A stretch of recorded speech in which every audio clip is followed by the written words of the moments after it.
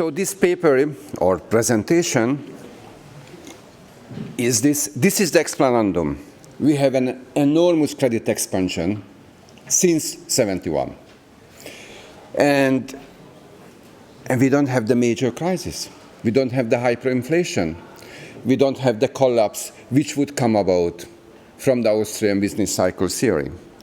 So my question is, which I try to answer, why not?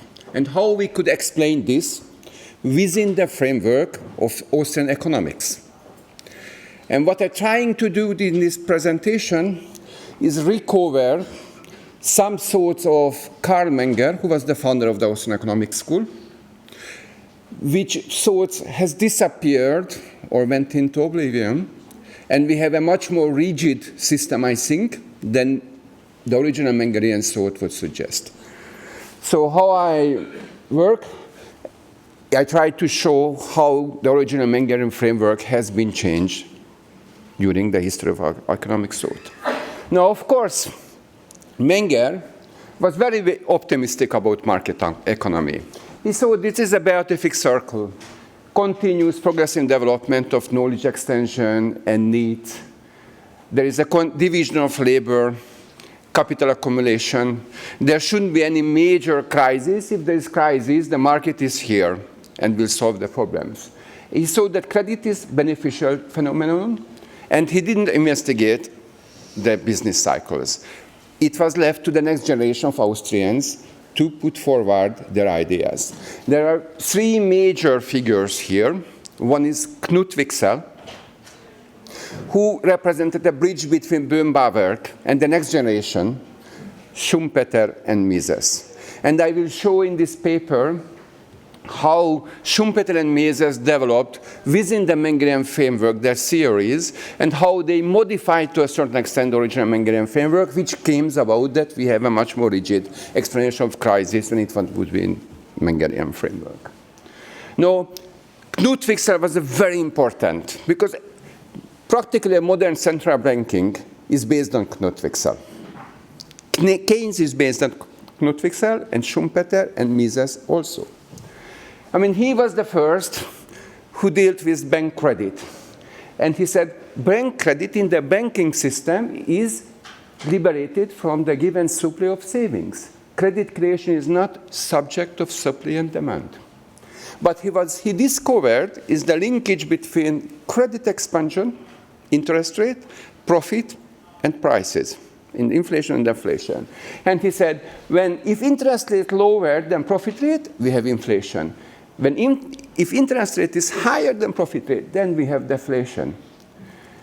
And also based on Böhm-Bawerk, we said the interest rates change to profit disturbs production structure and leads to crisis. His idea was, which is practically the modern Taylor rule, that we need a natural rate which equals profit rate and price stability.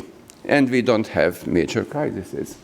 And even he said the ideal monetary system is the competing paper monies of national central banks, in which central banks are trying to gauge the price stability by regulating interest rates close to the natural rate.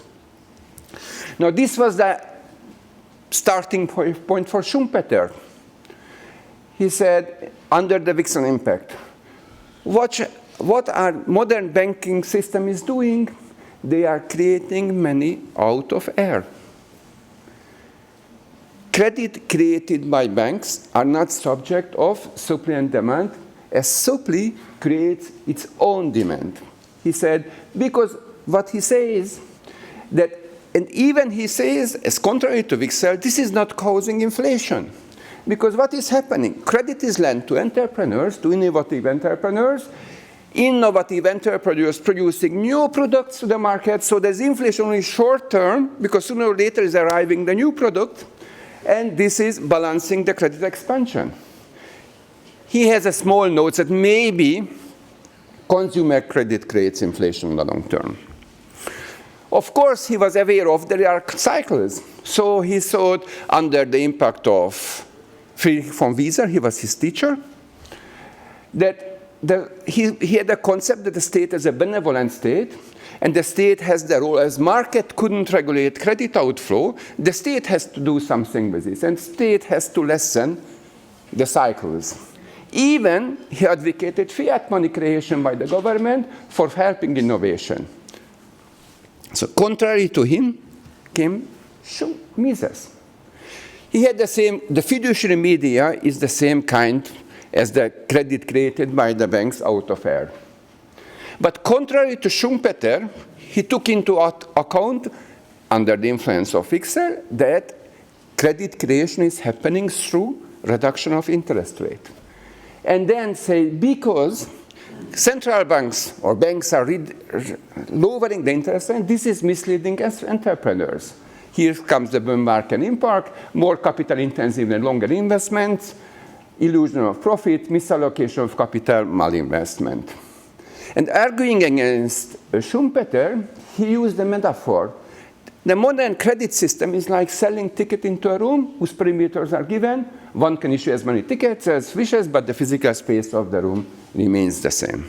So basically, this is the two direction which came out in the third generation. What is also important, Mises has a completely different concept of the state than had Schumpeter. He was inside the Mengerian, Böhm-Bawerk, classical liberals line. He said, oh, state interventions, and this is the main culprit of the boom-bust cycles, because what is happening, the state is cartelizing the banking system. Central banks are creating inflation, or trying to create inflation, and lowering the interest rates in order to support the state building of neo-mercantilist state. So, what is the relation of Schumpeter and Mises to Menger? So, as I will show later, both are within the Mengerian framework, but they also, to a certain extent, modified the Mengerian thought structure. And there are three case issues which I tried to speak: nature and role of entrepreneurs, source of profit, and source of capital accumulation. First, I will say what was the original Mengerian idea, and then what has happened by Mises and Schumpeter. Now, Menger is very interesting because he is using economizing in his major book, The Principle of Economics. But if you read carefully the first chapters of the Mengerian book, it is very clear that economizing is not only prudently handling existing resources. Economizing, in these first chapters of the book, is really meaning enterprising. And he says, enterprising is an inherent human ability, which involves to discover and establish new causal relations between phenomena, this which we call innovation in the Schumpeterian parlance, to carry out new discoveries into work methods and new products, and to think ahead and plan and calculate in the future. Misesian acting man is here.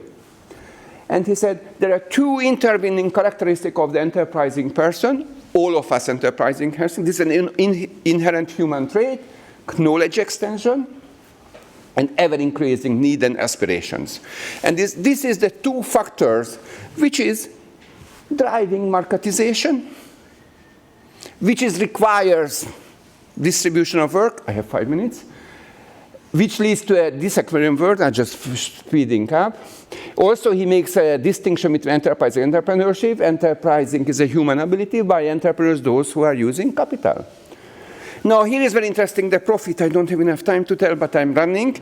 He says profit is coming out of monopoly position. He has two different monopoly positions. One is the narrow monopoly, which is created by the state, and the actual monopoly, which is consequence of the knowledge extension of an entrepreneur. And this is the monopoly where the profit could be competed away by the next entrants. The consequence of competition, better products, savings, and productivity increases. Because when the profit is falling, entrepreneurs had to fall back to find out new ways to recreate their monopoly position. And he says the source of capital accumulation is innovation, elimination of waste and productivity improvement, and not savings. So what is happening at Schumpeter? Schumpeter is in the Mengerian framework in many ways: dynamic growth, innovation, enterprising, and so on. What he is really deviating, that he has a very rigid picture of the entrepreneur. He said entrepreneur is one, he's doing his innovation, and then after carrying out the successful entrepreneur, he just became a mere manager and not innovate anymore. And then he says there are two types of entrepreneur: the original innovator, and the second is a swarm of mimetic entrepreneurs who are copying the original innovating process. And this is how he's coming his cycle.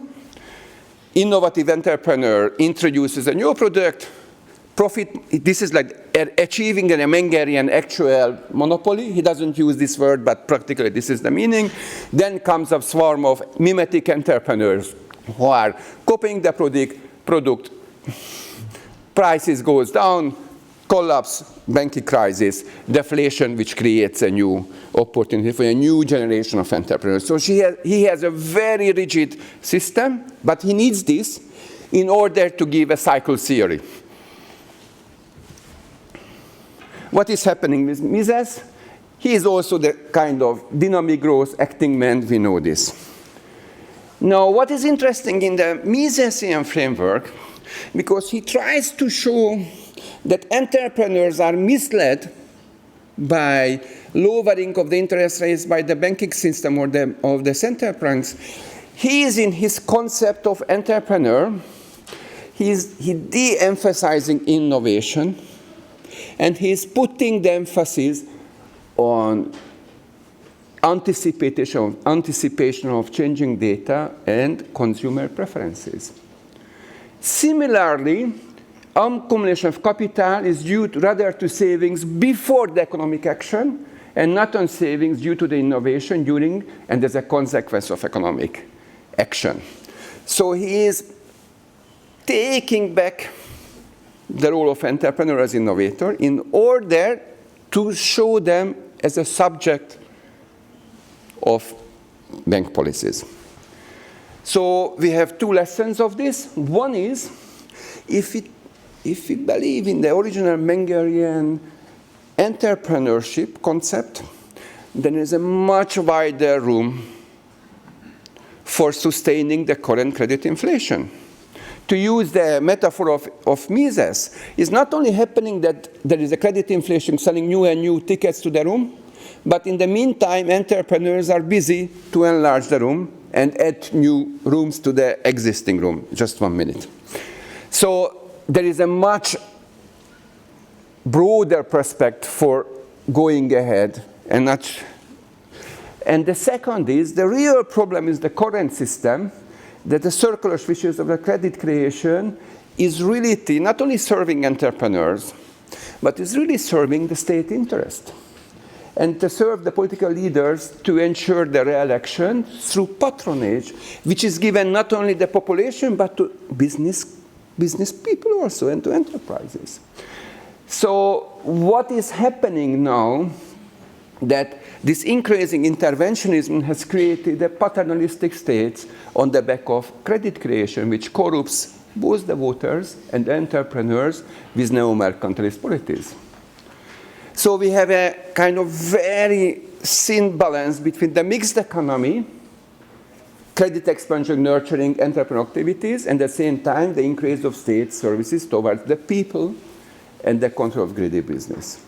So to a certain extent, the real danger of our time is not hyperinflation and catastrophic collapse in 2933, but the real danger is that credit creation allows the growth of the state to such an extent which is at the end will suffocate business and stop entrepreneurial activity. This is the case of Zimbabwe or Venezuela, for example. So the real problem is what we are facing with, to use Hayek, road to serfdom, or German socialism, which is the constrained market under the direction of a strong state. Thanks very much. I am running out of time.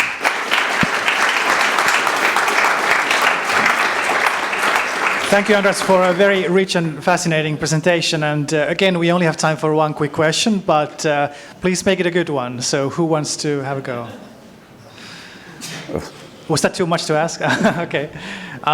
So we have a gentleman over there.